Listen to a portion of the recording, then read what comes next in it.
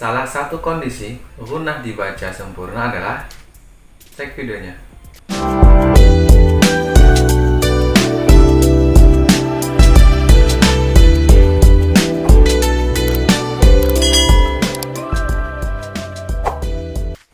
Assalamualaikum warahmatullahi wabarakatuh. Sahabat santri, kali ini kita akan belajar tentang hukum nun dan mim. Jadi hukum nun dan mim ini paling sering dibahas dalam ilmu tajwid. Pada kesempatan video ini kita akan membahas tentang mim dan nun yang bertasydid. Apa itu mim dan nun bertasydid?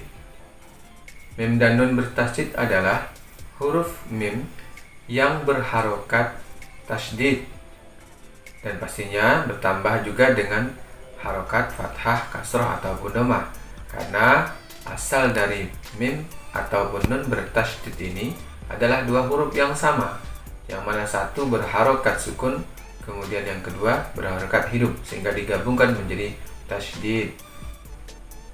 Bagaimana hukum mim dan nun bertasydid ini?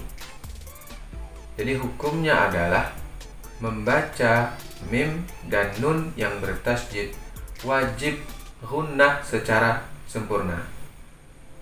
Bahkan beberapa ulama mengatakan gunnahnya harus lebih sempurna.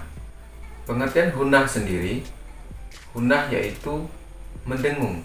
Jadi mendengungkan suara mim dan nun yang bertasydid.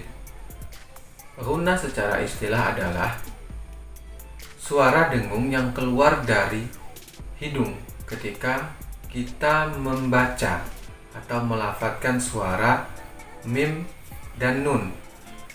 Jadi setiap mim dan nun yang bertasydid, baik ketika dibaca wasal ataupun dibaca waqaf, maka hendaknya dibaca gunnah secara sempurna.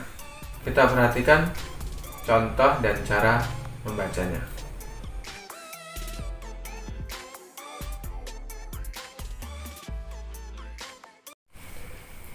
Ahkamul mimi wa nuni musyaddidatani. Jadi kita akan membahas tentang hukum mim dan nun yang bertasydid. Ini mim yang bertasydid, kemudian nun yang bertasydid, baik dan nanti berharokat fathah, kasrah ataupun dhammah. Jadi setiap ada nun dan mim yang bertasydid maka memiliki hukum dalam ilmu tajwid. Nah, hukum membaca nun dan mim bertasydid, jadi hukumnya adalah gunnah.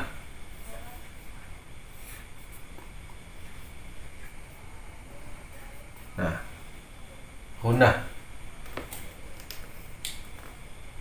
gunnah maksudnya di sini adalah membacanya didengungkan dengan gunnah yang paling tinggi atau gunnah akmalun, lebih sempurna. Adapun pengertian dari gunnah sendiri, di gunnah itu berarti dengung. Nah, secara bahasa maknanya adalah dengung, kemudian secara istilah, jadi gunnah adalah suara dengung yang keluar dari rongga hidung ketika mengucapkan mim dan nun. Jadi berdengung, dengungnya berada di bagian hidung. Ini ketika kita mengucapkan huruf mim dan nun, baik dia berharokat tasydid ataupun dia berharokat sukun. Pada kali ini kita bahas tentang mim dan nun yang berharokat tasydid.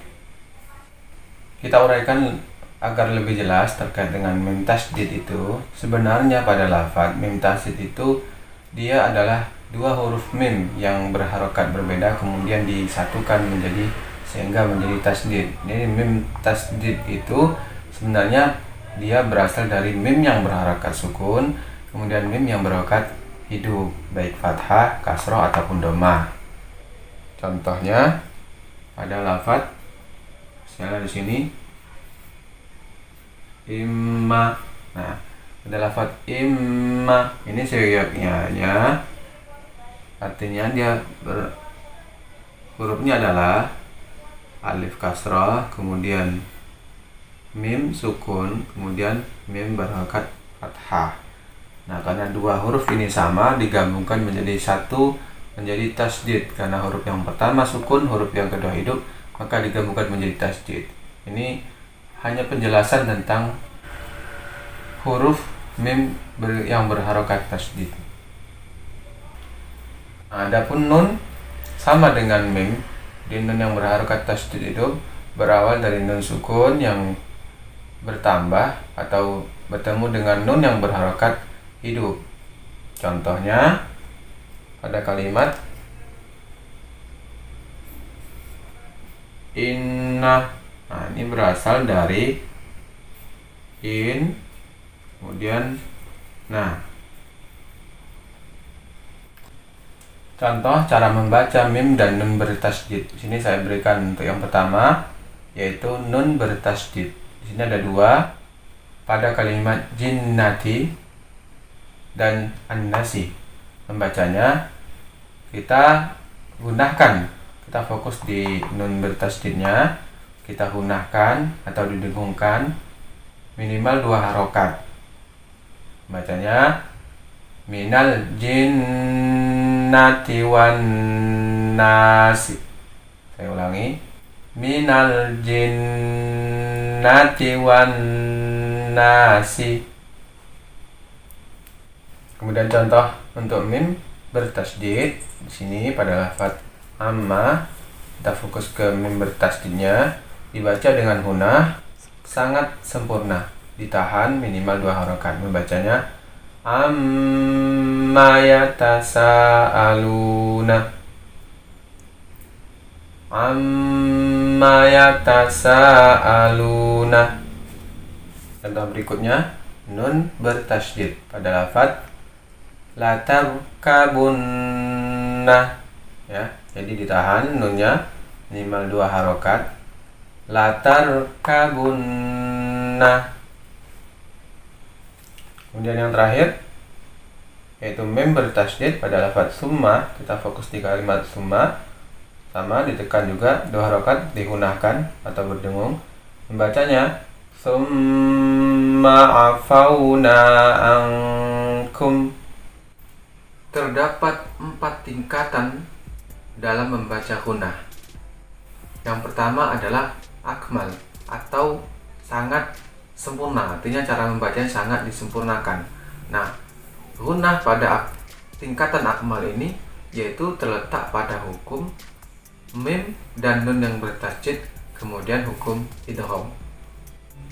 Yang kedua adalah tingkatan hunah yang kedua yaitu kamilah atau sempurna. Kalau tadi akmal lebih sempurna, untuk yang kedua adalah kamilah atau sempurna. Nah, membaca sempurna atau tingkatan akmal ini terjadi pada hukum ikhfa dan iqlab. Nah, tingkatan yang ketiga dalam membaca hunah adalah nakisah. Jadi tingkatan ketiga adalah nakisah, yang mana cara membaca hunah pada nakisah ini terletak pada hukum izhar. Seperti pada contoh lafaz anhar. Nah, kata an menjadi hunah tetapi tidak terlalu lama ditahan. Kemudian tingkatan yang terakhir, membaca hunah tingkatan yang terakhir adalah anqos. Nah, jadi tingkatan keempat namanya anqos. Hunah pada tingkatan keempat ini terletak pada huruf nun yang berharokat. Jadi nunnya tidak tasdid, juga tidak mati atau berharokat sukun. Jadi dia hidup. Contoh pada lafaz ana atau nana. Jadi membacanya pasti tetap hunah, enna, anna, tapi tidak boleh didengungkan. Yang perlu diperhatikan cara membaca hunah itu yaitu memenuhi beberapa syarat. Yang pertama adalah menyempurnakan tasdidnya. Jadi tasdidnya terbaca dengan jelas. Kemudian yang kedua adalah mendengung atau mendengungkan suara bacaan nun ataupun mim yang bertasdid. Yang ketiga adalah menahan 2-3 harokat Jadi dengung tadi yang kita dengungkan tadi ditahan 2 sampai 3 harokat. Kemudian syarat yang keempat adalah melibatkan rongga hidung atau suaranya keluar dari hidung. Nah, untuk membuktikan suara dengung itu adalah dengan cara menekan hidung. Jika dia terputus-putus suaranya, maka itu sudah masuk dalam kategori hunah atau dengung. Seperti an, am. Nah, ketika dia sudah terputus berarti sudah masuk dengung karena berada di bagian hidung. Demikianlah pembahasan kita pada kali ini tentang hukum mim dan nun yang bertasydid. Mudah-mudahan bermanfaat dan menambah wawasan keilmuan para sahabat santri. Bagi sahabat santri yang baru mampir di channel ini, jangan lupa untuk subscribe, klik tanda loncengnya supaya mendapat informasi terkait materi-materi terbaru. Like, komen, bagikan. Mudah-mudahan bisa memberikan manfaat. Terima kasih. Wassalamualaikum warahmatullahi wabarakatuh.